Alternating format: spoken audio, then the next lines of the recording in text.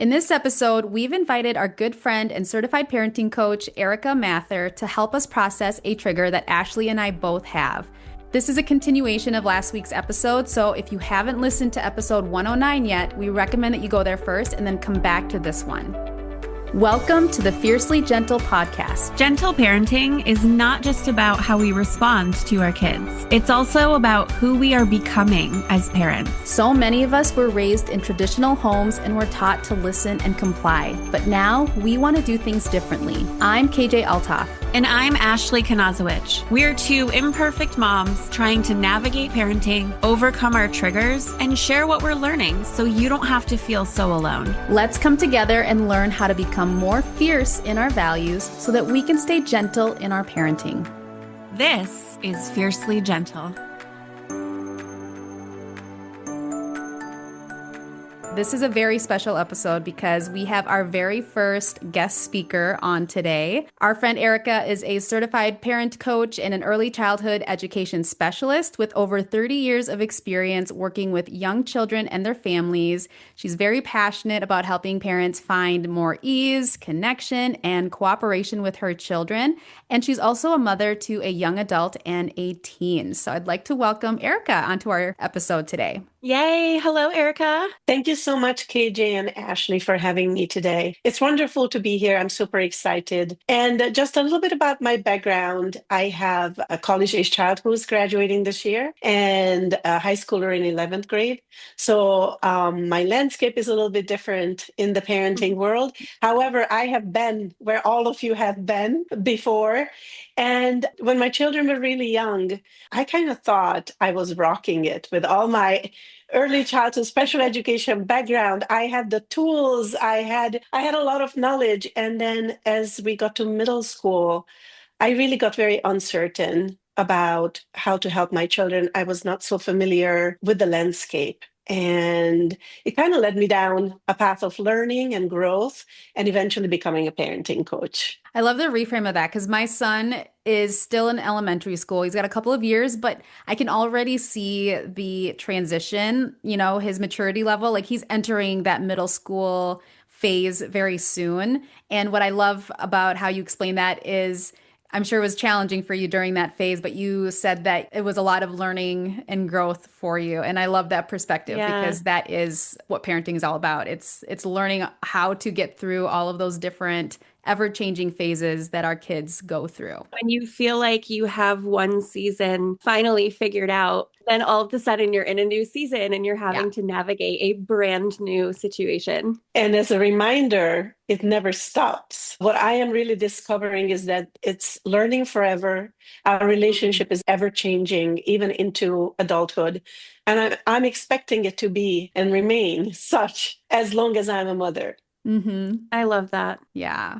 So this is a continuation episode, basically a part 2 of last week's episode. So if you haven't listened to episode 109 yet, again, definitely go back and listen to that first because Ashley and I both share the trigger that we both have when it comes to our kids. And the reason we invited Erika here today is to help us process it, especially with her background as a parenting coach and then also her background having older kids now and having gone through that phase in life. She just has so much insight to bring to today's episode. And I know Erika personally, and I very much admire her and respect her experience. And I know that she just has so much that she is going to be able to share, so much value to share with us. The trigger that Ashley and I both have is feeling gaslighted by our kids. So Ashley, can you share a little bit again to our audience about what this trigger is for us? Yes. And I do just want to clarify again, we know our kids are not actively gaslighting us.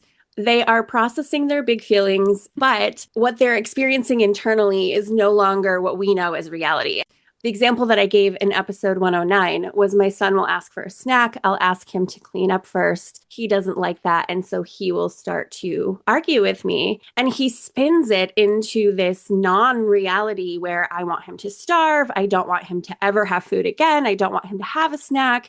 I'm forcing him to eat instead of play. And because of my past of having been gaslit by adults, it triggers that same response in me, in my nervous system, as though I'm in that situation again. And I find it hard as a mom Mm, to come out of that and continue to be a mom in that right. situation Yeah. instead of a victim.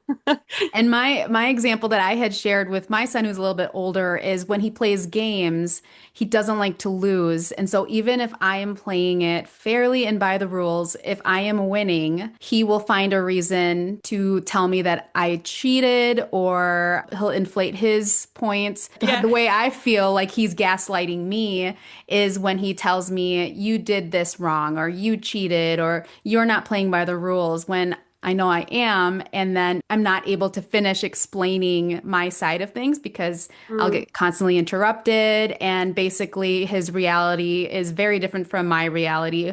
And I get really triggered by that. And so, yeah, that's a little, if you want to hear more of our story, Hmm. Ashley and I go into more detail in last week's episode. But this week, Erica is here to help us process this and also provide some strategies and tips for how we could handle this differently in the future. Erica, you've had a chance to listen to last week's episode, correct? Yes. I'd love to hear your thoughts. I loved the episode for so many reasons. I love the back and forth between the two of you and how gently you hold each other up, how the Aw. space that you share allows you for so much of self reflection. As I was listening, I was taking notes, and I love the fact that notes that I took down at the beginning, 5 minutes later, you guys will be talking about the same big idea that kind of popped up for me as a coach.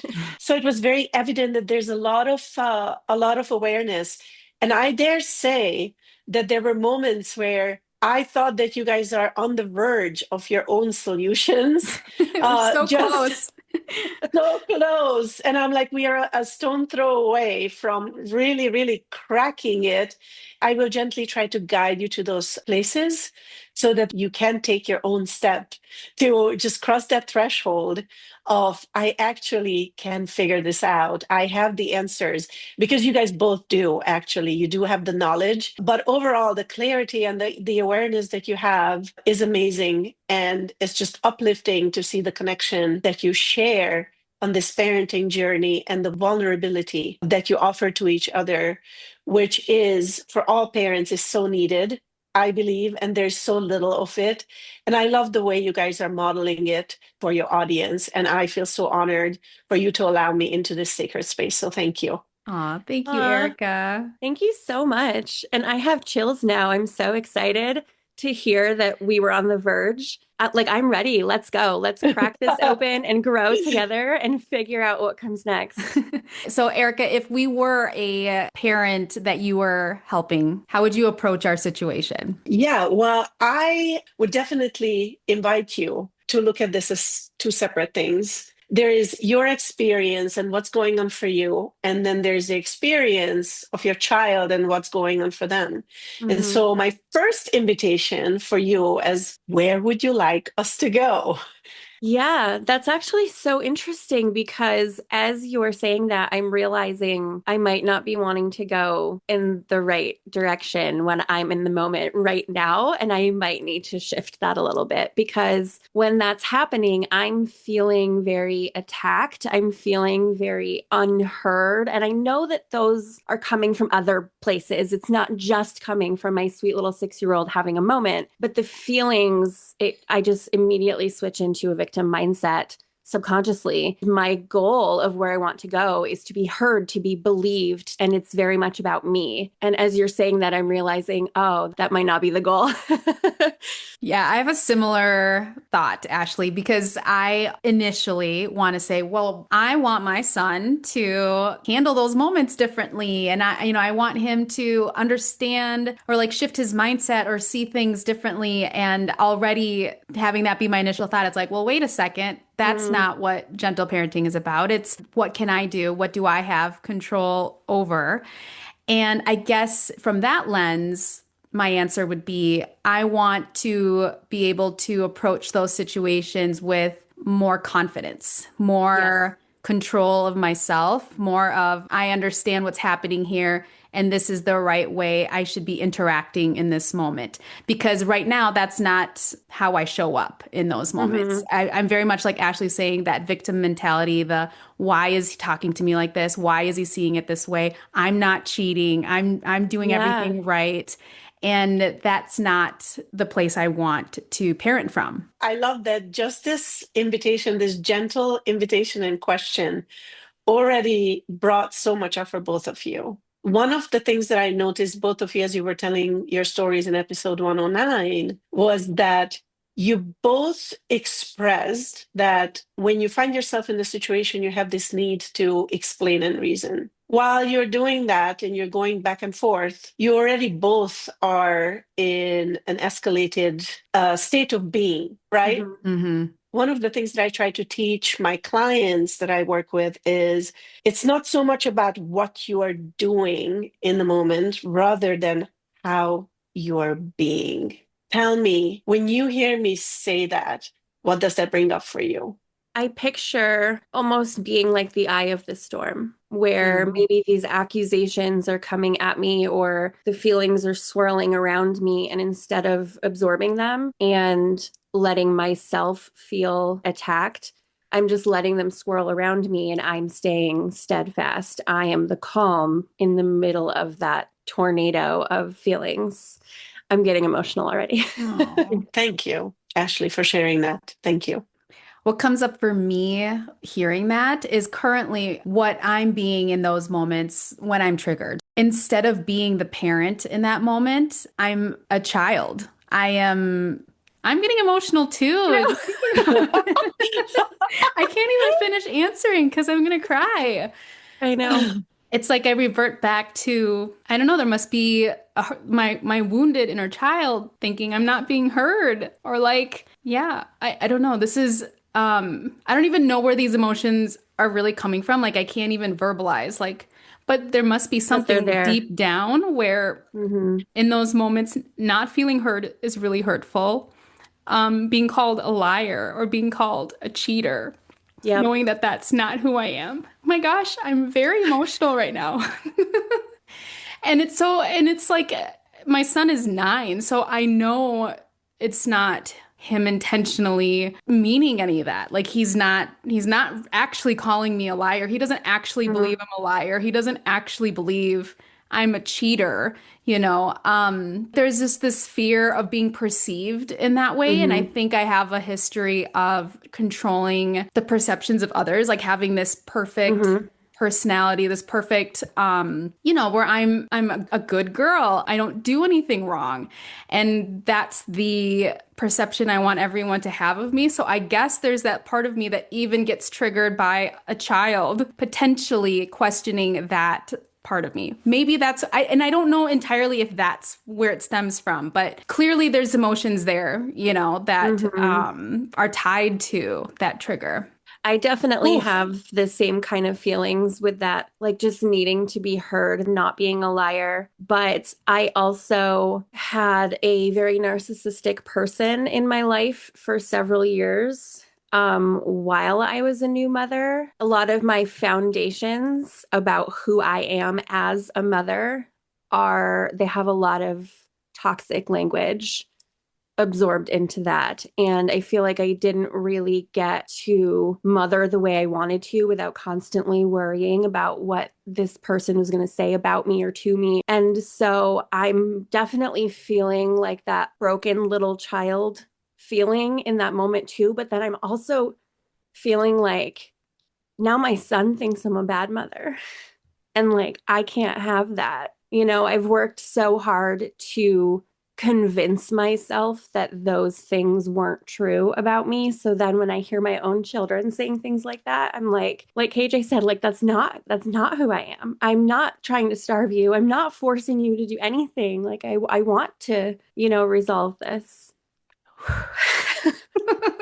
Oh, you guys we went so deep so quick. It's like you guys are doing my work of guiding yourselves Oh and my coaching yourselves goodness. through so much. And, what I am feeling is that some of this was touched on the surface a little bit in this Mhm. previous episode.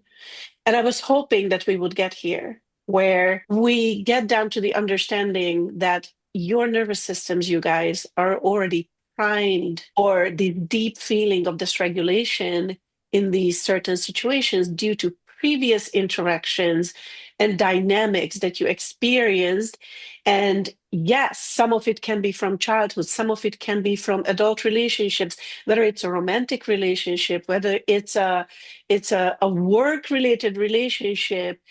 Our nervous system gets primed so strongly, and how deep they are, that will guide how much work there needs to be done. Mhm. When I was listening, what I felt was, as you described those situations, it felt like you're trying to talk to your children's rational mind by reasoning, and your nervous system gets activated, gets back to this loop that was already primed through these previous experiences. It might be very interesting to explore the why and the where these things are coming from.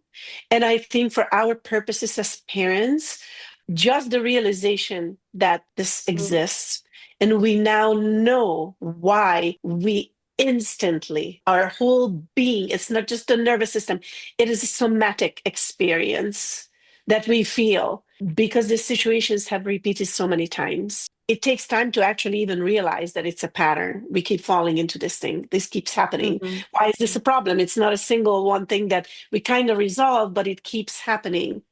When this keeps happening for both of you, my question to you is, when is it in this interaction with your children that you start noticing or start having awareness that you're really being overwhelmed by what's happening? How far into these interactions are you when you're fully aware that this is happening for you? For me, it's when I shut down. For me, it's when my response to my child is, all right, I'm done, or I'm not playing anymore. I'm gonna go take a break. Or like I have that urge to walk away and just not deal with it anymore. I know already in those moments, like I'm dysregulated. For me, I think I can feel it when I start to have the urge to fight back. Right around the Mm, time when, like, the second accusation of me saying something I didn't say, I can feel my adrenaline coming and I can feel myself wanting to say, no, I didn't. No, I didn't. And mhm, defending myself. And then mhm. it stops being about my son and the situation and it's about defending that I didn't say those things. Yeah. So you have a little bit of a different touch point of where you're fully aware, right? KJ, for you, it sounds like it kind of builds up and you really are fully aware when you're taking that moment of break, like I'm just feeling I need to step away Hmm. because it's just too much, right? Hmm. Ashley, you're saying I'm noticing it in about the second interaction. Can we talk a little bit about what it is that you're noticing? What does it look like and feels like for you? And then just describe it to me a little bit. For me, it is, I feel it in my chest. My chest tightens.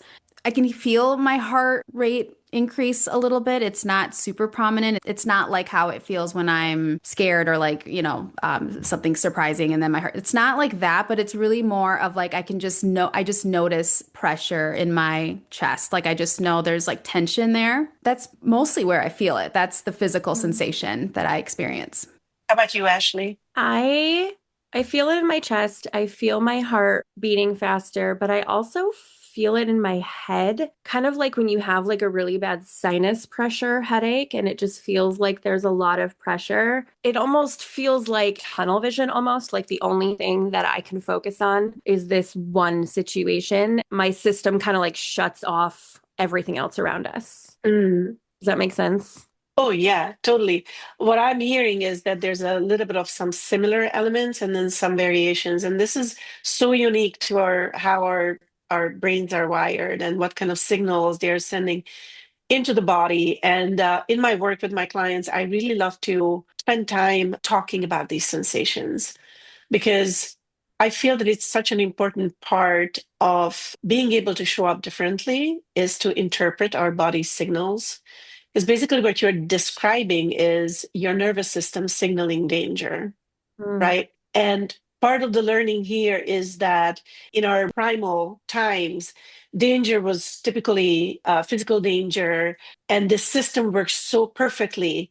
And although we live in different times, these signals, biologically and physiologically, are still working very much the same way. I work with a lot of clients where when I ask a parent, describe to me what you're feeling, somebody's like, I have no idea what's going. I just know, like, it's like I just need to step out. Like, that's it. Mm.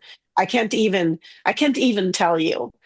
So when we go back to these places, rather than just replaying of what happened, really spend a little bit of time of perhaps thinking about what that felt for you. Because the more you are able to describe your bodily sensation, the more attuned you will become to reading your own body's stress signals at a lower level. Mhm. KJ, what I'm hearing you is that you're at a pretty high level when you're like, okay, now I have full awareness this is happening. And this is not wrong or right. It's just how your brain is wired. So perhaps the invitation here is that when everything has settled, the dust will settle, and you're sitting and you're trying to just kind of, whatever method you're using, whether it's a mental check mark or you do journaling, whatever you're using to support yourself, is spend maybe a little bit of that to kind of just observe what it was like, what you felt, Mhm. and what you felt in your body, what you felt in your heart, the thoughts that were going through your mind. Mhm. It all helps growing the self-awareness. How does this feel for you? So I want to add something. As I'm listening to you share that, Erica, I'm remembering something else, another detail during those moments. In those moments, I don't necessarily notice it right away because it's not affecting me necessarily, especially because it starts off where it almost seems like we're kind of joking around, and I'm I'm fine in those moments. Even when if he tells me I'm cheating, but we're just kind of playing and joking around, like I'm fine. But it's the minute I notice that he's serious and he is Mm-hmm. actually really upset with me, it's like very sudden. All of a sudden, I'm so impacted by his emotions. And this is a pattern with other people in my life too. I can joke around or interact with somebody, but the minute I realize, oh my gosh, they're actually mad at me. They're actually upset with me. That's when my nervous system gets really triggered. And I think that's when I start to shut down. It's like there isn't even really, I don't notice any sensation because it almost feels immediate. It's not Mm-hmm. gradual. It's not like, oh, okay, I'm starting to get impatient. It's like, oh, he's mad at me. And then I'm on high alert. And then if it continues, I shut down. I'm like, okay, I can't with this right now. That's interesting because it seems like we're both reacting to very different pieces of it, Mm-hmm. but in the same way almost. Mm-hmm. Because mine is almost instantaneous, but it's in response to being accused. It's not in response to him being mad at me, but it's in response to like my integrity being challenged. Mm-hmm. And I get this feeling of like, oh no, it's happening again. I'm being spun in this way that's not true. Yeah, I love this. You guys keep going deeper and deeper. And, and we are fine tuning. It's like, KJ, you're saying the switch flips when you realize that people are serious. So you have a little bit of a level of tolerance where you still feel comfortable going the back and forth. And then there's this one point where, oh my gosh, they're being serious. For you, Ashley, it is so much an attack on your personality, right? Mhm. So the common underlying theme that I'm feeling is a threat to our personality and integrity. A lot of it is about our values and beliefs, our beliefs about ourselves, right? Values of integrity, values of honesty and respect. And these are the most common themes that will bring out the strongest reactions from parents that will actually show up as triggers. So now we are really talking about what's going on, what is causing all of this.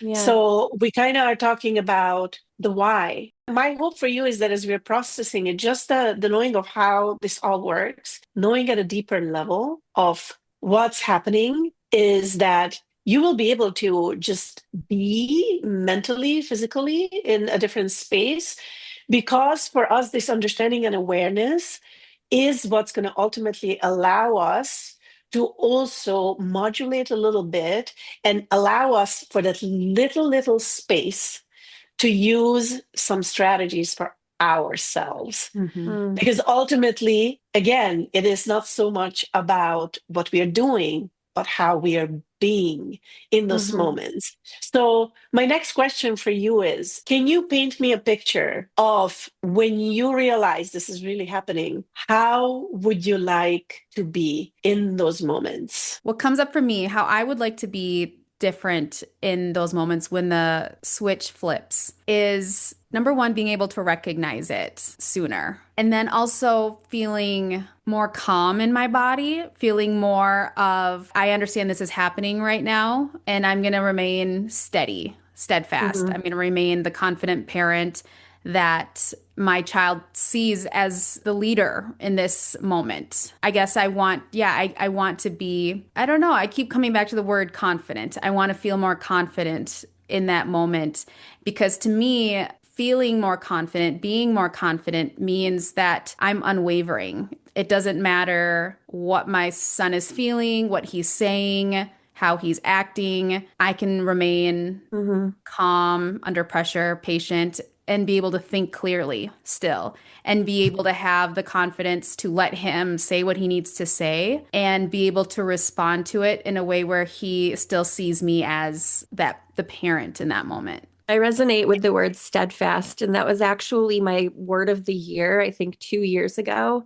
Because I'm so emotionally sensitive, I really just wanted to achieve this feeling of steadfastness where you can say anything you want. My kids can say anything they want to me, and I don't absorb it. It doesn't change how I'm acting in that moment. And I can just kind of let it bounce off of me and continue to be, like you said, like that confident, calm presence that they need in that moment. I love these reflections, guys, where you're going with this. And to further go into this, can you throw at me 2 to 3 feeling words? Whatever it is, I want to know how you would describe your own feeling in this conflict, in this situation. I feel in those moments, I feel frustrated. I feel impatient. I feel I'm not even angry at my child because I think logically I understand it's still developmentally, but I do feel frustrated and annoyed, irritated. Yeah, Mhm. those are the feelings I have. I feel trapped.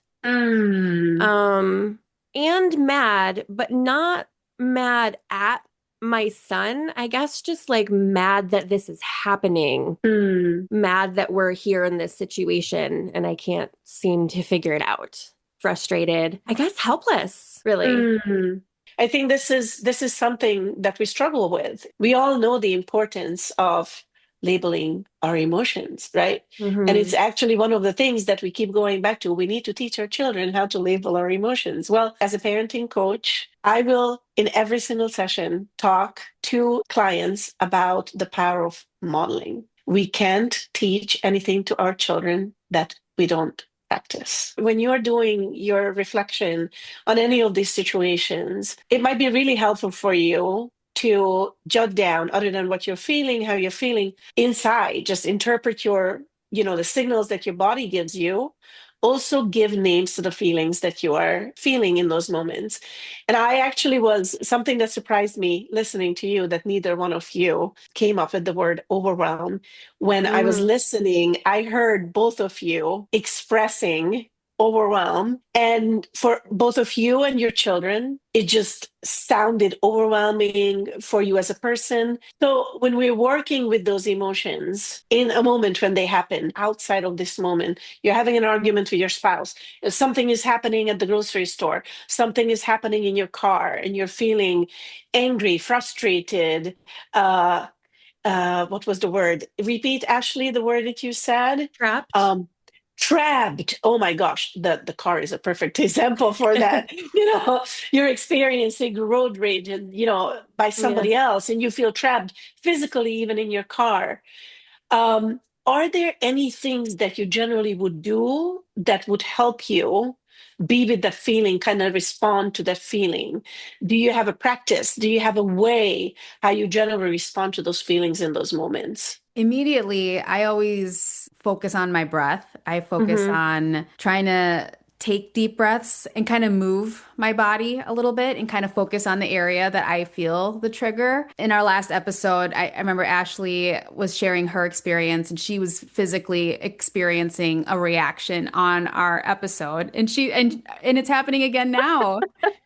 And as I'm talking about it and how I feel in my body in those moments, it's almost transporting me back to, that moment. And I'm feeling it. Like I feel it in my chest right now, just talking about it. And for me, it's being able to take in those deep breaths to try to loosen the area, like my chest. Like I love doing like the butterfly hugs where, the bilateral tapping because that helps me relax, which works when I'm at home. It's a little bit more challenging when I'm in public or I'm somewhere where I don't feel as comfortable doing that type of self-regulation. So I mostly always go back to the breath because I can do that anywhere. Yeah. Yeah. Thank you, KJ. That's really helpful. How about you, Ashley? I focus a lot on breath too. I try to take those deep breaths where you can feel it catching in your lungs. And I don't know if this is necessarily a healthy way of handling these situations, but it's just something that I've always done. It could actually be a trauma response. I'm not sure. But I kind of play through different scenarios that could happen next and kind of like prepare myself for what I would do in each of those scenarios so that I can feel prepared for whatever's coming next. And I'm Mm, wondering if maybe that's why I feel trapped when I'm in this specific situation because it's so unpredictable and unrealistic and I can't anticipate what he's going to say next and how I need to respond to it. Can I add yeah. something to that, Ashley? I'm sorry. Yeah. Because as you're explaining that, what I picture, I have a vision of you being triggered. You're in a hole or like trapped somewhere, right? And you're trying to figure out a way to escape. And so that's where Hmm. your mind goes is like, what are my escape routes? Like, how Yes. can I, How do I get out of yeah, this? like if this happens, like this is the direction I go, or like, can I climb up this rope or whatever? Like that's what I picture Yeah. in your triggered moment. Yeah. And with my son, it's like I know the parenting language. Like I have experienced moments that are not gaslighty where I can help him regulate. And so I will grab onto that like metaphorical rope to try to pull myself out of this hole that I found myself in. And then he says something like completely unpredictable and not rooted in reality. And then the rope breaks and I fall back down. And so it's like everything that I know to be sturdy in my parenting experience suddenly isn't. And it's actually causing it to escalate more. And so, yeah, I feel like I'm like everything just gets smaller around me. And I'm like, I don't know how to make this stop. Can I share an analogy for how I picture my trigger? I don't know why. I'm seeing these visions now as we're talking and processing, and it's helping me a lot. But the analogy for my trigger, I feel like, is I'm in a bubble. I'm in this bubble. And when I'm in my bubble, I'm really happy. I feel secure. I feel safe. And when someone gets mad at me or they are aggressive with me, they've popped that bubble. And now I'm exposed and I'm vulnerable Mm, and I feel unsafe not being in my bubble. And this is a pattern in all relationships in my life. And then the minute I resolve that conflict with them or I realize they're not actually mad at me anymore and they're fine, that bubble is back and I feel safe and it completely affects how I am. So what you're saying is you're Glinda and I'm Alphaba who's been told I'm wicked and I'm trying to prove that I'm not. Oh And you're my Glinda gosh. who's very concerned about perception and wants everybody to think that you are cheerful and that you have everything under control. Oh my gosh. Yes. Yes. That's Yeah. insane. That's Right? crazy. Yeah. Yeah. But that's for sure 100%. I think Perhaps that's, that's why we cried through the entire movie. I think so. You Wow. guys, I'm loving this so much. You're basically describing coping mechanisms that you developed to protect yourselves at Mhm. some point when it was needed. This loop gets just activated when something pushes on that button because it's just a connection that our mind does unconsciously. I'm glad you said that because I'm seeing it differently. It's a coping mechanism. I don't want to respond impulsively. And so if I can think ahead of what's going to happen next with my children and I can kind of predict how they might respond to something, then I can make sure that I am handling it better. Except in this situation, that doesn't seem to work for me. And what it speaks to at the very deepest level is that somewhere you had experiences where you felt a complete loss of control. And this is your way of trying to gain some control in those situations. So as these loops get activated again, your mind jumps into these coping strategies that your body and your mind knows. And so these responses are learned coping mechanisms. Mm-hmm. And some of it is somatic and so deeply, deeply grained. For both of your cases, what I am feeling is that getting clarity on the circle of control, which is a concept that we are all familiar with, and is just we have no control over what our child is going to do, what they're going to say, how they're going to act. What we have control is how we respond to what's going on for us. And I feel that as we're digging deeper, we have an understanding of what's really going for us. And you actually named of this is how I want to be in that moment. So my next question then for you is, what do you think it would take for you to take a step toward being in that moment in the way that you would like? Honestly, I wonder if I've maybe already taken that first baby step because I was so afraid to even say anything about it to KJ because I was like, surely this is my fault. And I think hearing that my son isn't acting in this very strange and unheard of and outrageous way, he's being a kid, that helps. I haven't actually experienced that situation with him since KJ and I have talked about it, but I'm very curious to see if just that shift of knowing that other people experience this and I haven't caused it, I'm wondering if that is a baby step toward processing it better for me. I would say so. I'm pretty sure it is. Layer upon layer of awareness actually is helpful to calm our minds. So much of what we are doing as parents, this work happened outside of those situations. So just you being here today with me and doing the processing, it actually will put your mind at ease. And the hope is that perhaps your reaction is not going to be as big, as fast, just because your mind is already in a little bit of a calmer state, just from processing it. So I would say, I'm pretty sure you already have taken one step.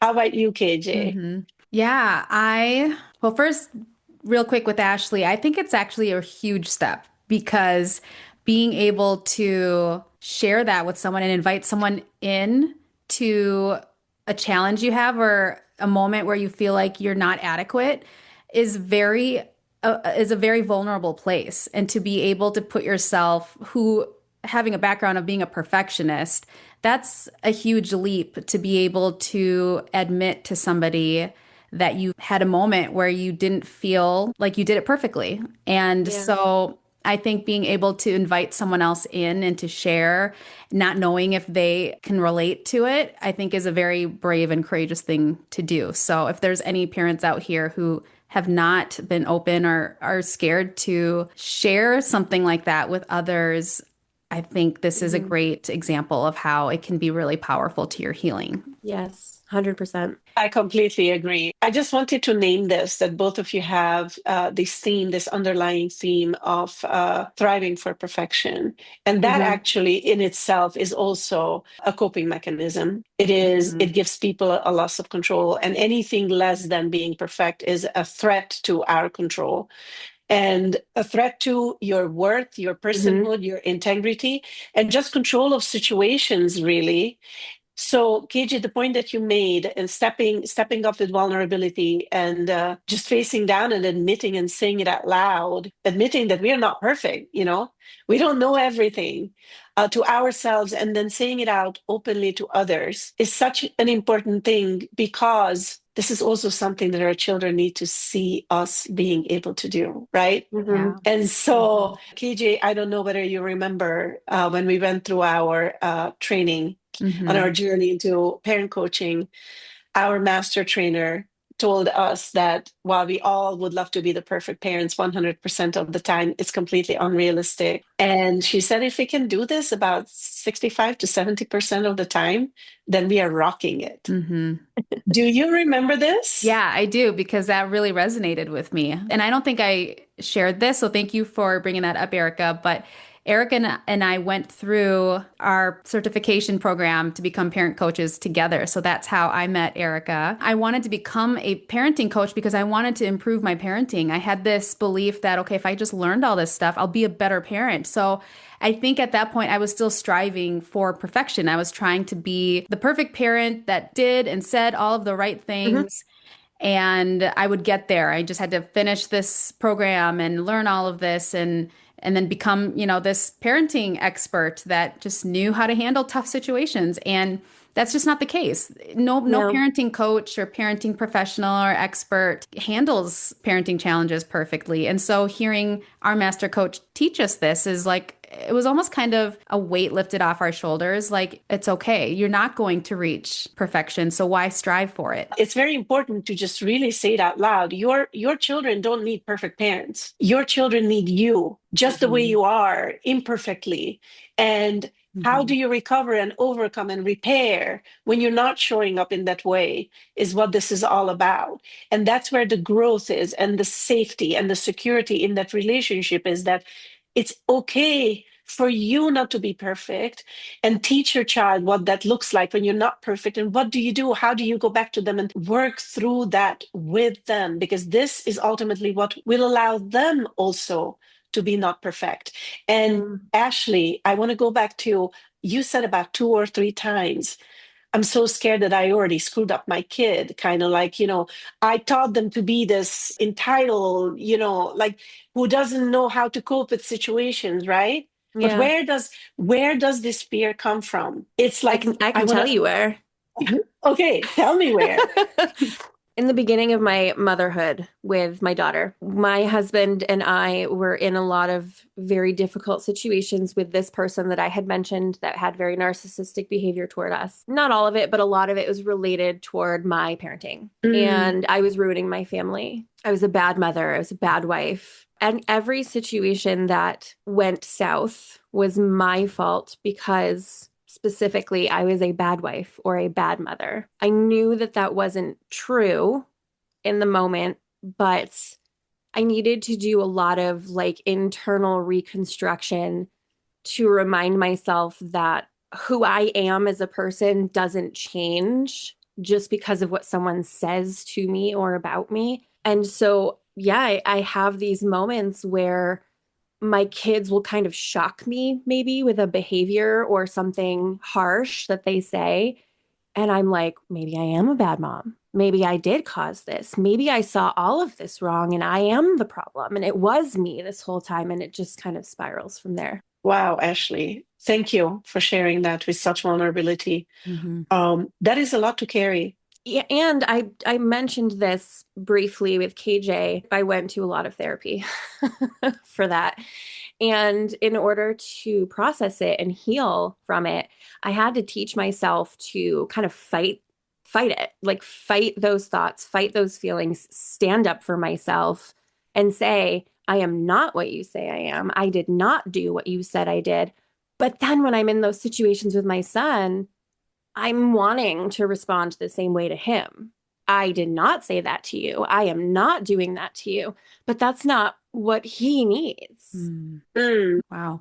So it's like I had to find that strength for myself to get out of that situation. And I don't necessarily know how to like turn that training off to then not do that with my son when he's accusing me of things that I didn't do. mm. Yeah, yeah, that makes so much sense, especially because, you're already probably making this connection that some of the behaviors that you described your children doing in the adult world, when you're Mm-hmm. subjected to such behaviors, they're being described as catastrophizing, maximizing, distortion, Mm-hmm. projection.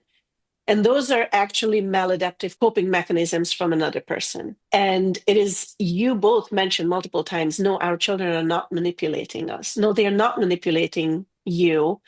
And you know this, but as a reminder, I really just want to name it. The behaviors that you see from your children are their best attempt to respond to their own feelings and own overwhelm in that moment. And with our conscious mind, we know this. Mm-hmm. In the moment, through these loops that are happening for us, we don't have the capacity to access our Mhm. rational brain to Yeah. actually just realize and know it to be true, just because this connection, from body to brain gets interrupted for us the same way it gets interrupted to them. It makes so much sense for you to go to this place if you have had repeated experiences from an adult, being subjected to these maladaptive coping mechanisms and then projections put on you. And what does it Mm-hmm. say about you, right? And this is why this outside work is so important, and seeking in Mhm. whatever form we can the resources to take care of ourselves Mhm. and to really work through that. Like, yes, question everything. Is it true? Am I a bad mother just because somebody else says that or thinks that? You're both wonderful mothers. You are here. You continuously do this work. How do you know somebody's a great parent? A great parent is someone who is attuned to their kids, who is there to support them, and who continues to want to learn and grow. And you guys are checking all those boxes. So you don't need my reassurance. What needs to happen is really for you to believe it deeply Mhm. that you are doing everything that you can. You're good enough mothers. You're wonderful. You are the kind of mothers that your children are needing. Mm. Nothing more, nothing less. Thank you, Erica. And hearing all this, and I'm thinking and I'm processing, and it's so much easier to look at it from outside of the situation. And everything you're saying, Erica, makes so much sense.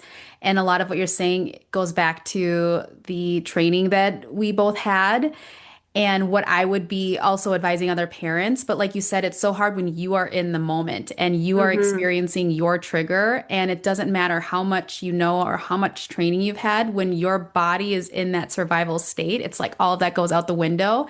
So this processing, Erica, that you're helping us through is so helpful to connect the dots and have some guidance on how to move forward so you can continue to heal yourself. And I just want to add one thing, a similarity that Ashley and I both have as we're talking through this, because Ashley and I were both raised in a traditional home.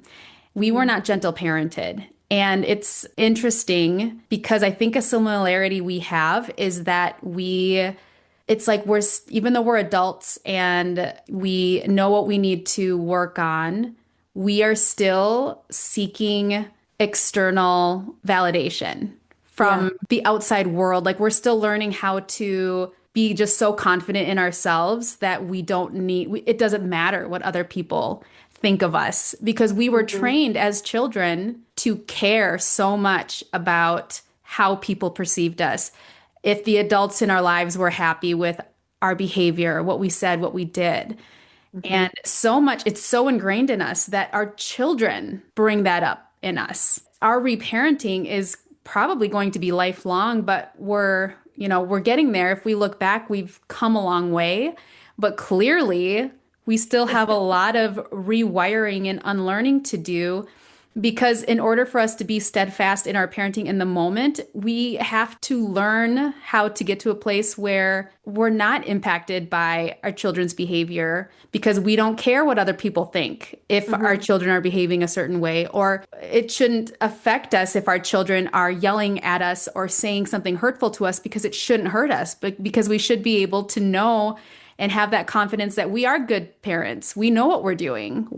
It doesn't matter if our kids in the moment say they hate us or Yeah. that they think we're bad parents because we know we're good parents. So it doesn't really matter. Or it doesn't matter if a friend or a outside family member judges our parenting because we're so confident in ourselves that we know, and that's all that matters is what we think of ourselves. And I would love to say that I'm close to being there, but I'm really not. I think Yeah. there's so much that I still have to work on to get to that point of like self-confidence where I can just really hold on to my own beliefs. So, I feel like you really hit the nail on the head with that confidence level because the confidence is needed in those moments when our kids or other parents or whoever says something to us that triggers an insecurity or a Yeah. worry or a fear or a past experience, because then we don't have that 100% confidence that it's not true. We Mm-hmm. have a little bit of doubt there or a little bit of a wound there. Mm-hmm.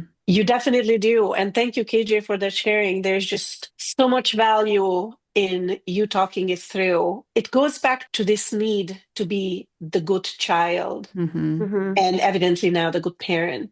Making a Hmm. mistake, not knowing what to do in the moment is a threat to everything that you are. Mm-hmm. What does that make me a bad parent? And not only that, but it's on this auto loop to I don't know what to do. I am not being the perfect person.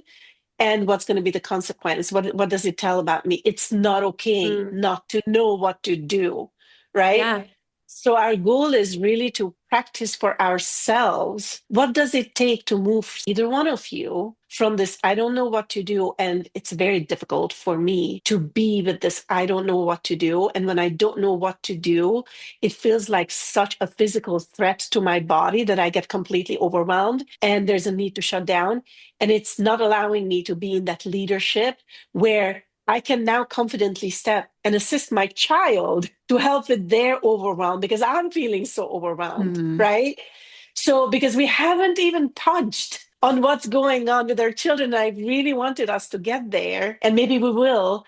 But I don't meet the children of my clients, and there's a reason for that because this work is so much about our processes and what we learn about ourselves and how we interrupt some of these loops so that we have these little openings that allow us very gently, gingerly, stepping one step at a time to disrupt this and take brave baby steps toward just being differently by whatever mean it takes. So, a lot of it, what we have talked about is this duality that we know these processes, we know what's happening. And now that we have done a lot of processing together, I'm hoping that there's a little bit deeper of that understanding. And I really hope that you will be able to practice a bit more self compassion for yourself in those Mm. moments. And on the flip side, it is also true that it's still extremely hard to be in those moments. Even when we know the root causes, Mm-hmm. why it's happening, it doesn't take away from the fact that it's difficult. And it's this duality in therapy that I practiced with one of my children extensively. It was referred to as two things that seem to be opposing can be true at the same time. And it's basically moving away from that black and white thinking. Just because I understand, I should know how to deal with it. Mm-hmm. Just Mm. because we know what causes it, it doesn't actually mean that we know how to step up in that moment. And for us to be able to sit with that, just be with this duality. Yes, I understand, and it's also true that it is still hard. Hmm. And then how do we find self-compassion for ourselves to sit with this duality, that both of those things can be true? And Yeah. so you guys are doing fantastic work, brave, courageous work in processing through these things, working on Mm-hmm. the why, and to create more calmness in your nervous system. Oh, thank you, Erica. I think this episode was so powerful because clearly Ashley and I were able to get to a very emotional place, which is the core of the challenges that we experience as parents. If we didn't have these wounds, we wouldn't be impacted by our children's behavior or the words that someone else says, but they are Hmm. clearly scratching at something, a wound that we already have. And I love the analogy, and I've heard this from my therapist, where your childhood wound or any kind of trauma or wound that you've experienced from an interaction with someone else in your past is like if you were to have like an open gash or something on your arm that never fully healed and your children's behavior or words basically scratch at that open wound, it's going to hurt. But somebody who doesn't have that open gash on their arm is not going to be Mm. affected by it. And so clearly, we don't see those wounds visibly, they're internal. And if we don't take time to heal them, they're going to continue to come up for us in those moments when we get triggered by something. I'm sure most parents who are listening to this have found value in hearing Ashley and I connect our triggers to our childhood wounds or even adult wounds. And it's been helpful for me for sure. But I'm sure they're thinking, okay, well, what else? Like what do I do next? Like I'll do the inner work, but I still don't know what to do in those moments. And I think we should have a part 3 to this topic. This is not planned, but Erika, you have provided so much value already, just sharing your insight and helping Ashley and me process this.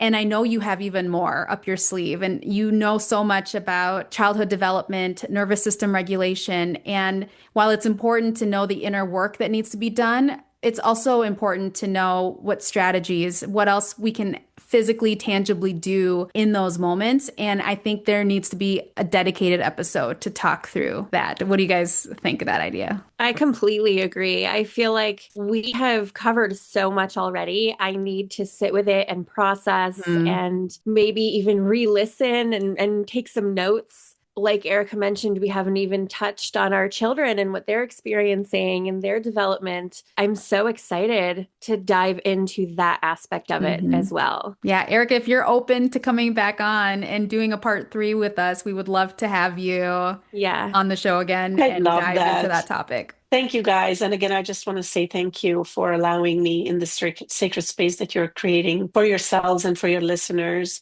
I cannot tell you how protected I feel here with you and how honored I am to be part of your processing. I hope that as we continue to explore the topics and dive into the experiences of your children, potentially, and just children in general in those moments, because I bet that most of our listeners can come up with their own version of a similar story of what's happening, that we can discover more together and learn and grow together. Yeah, absolutely. I love that. So, Erika, I would love our listeners, if they're interested in getting to know you or getting in touch with you, if you can share a little bit about your process or your contact information or any resources that you have to offer. Yes. Thank you, KJ, for that invitation.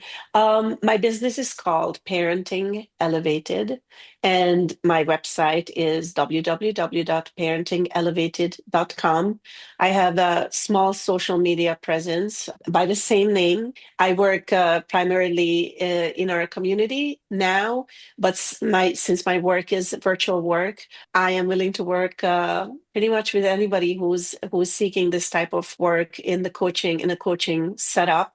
But the best way really to find out more about me, my background, who I am, and what I stand for is my website at parentingelevated.com. And thank you again, KG and Ashley, for having me today. And I'm super excited and looking forward to our next episode where we continue this exploration. Thank you so much, Erika. Thank you for listening. We're grateful to have you in this community. Parenting this way isn't easy. We're all learning, showing up every day, reflecting, repairing, and continuing to grow. If anything in today's conversation resonated with you, or if you have a question or topic you'd like us to talk through in future episodes, we would love to hear from you. We'll share our contact information down below in the description. Until next time, be kind to yourself. And remember, you are a fiercely gentle parent.